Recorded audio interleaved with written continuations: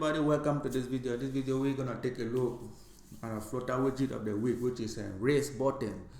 So as you can see, this is just my raise button. I put it under a row, so you can see I have four. I have here 1, 2, 3, 4. After you put the raise button, you come to several and property.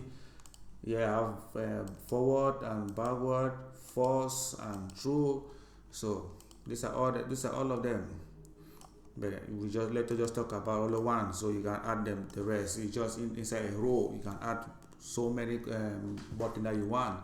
So what it comes with, you have a color, you have tribe, you have the raise button on press. So let us take a look on how to actually see more of the item that we can add on our raise button to make it look good. We press Command B. As you can see, this is a raise button. What it comes with, you have a voice callback. You have a disabled text color, you have a splash color.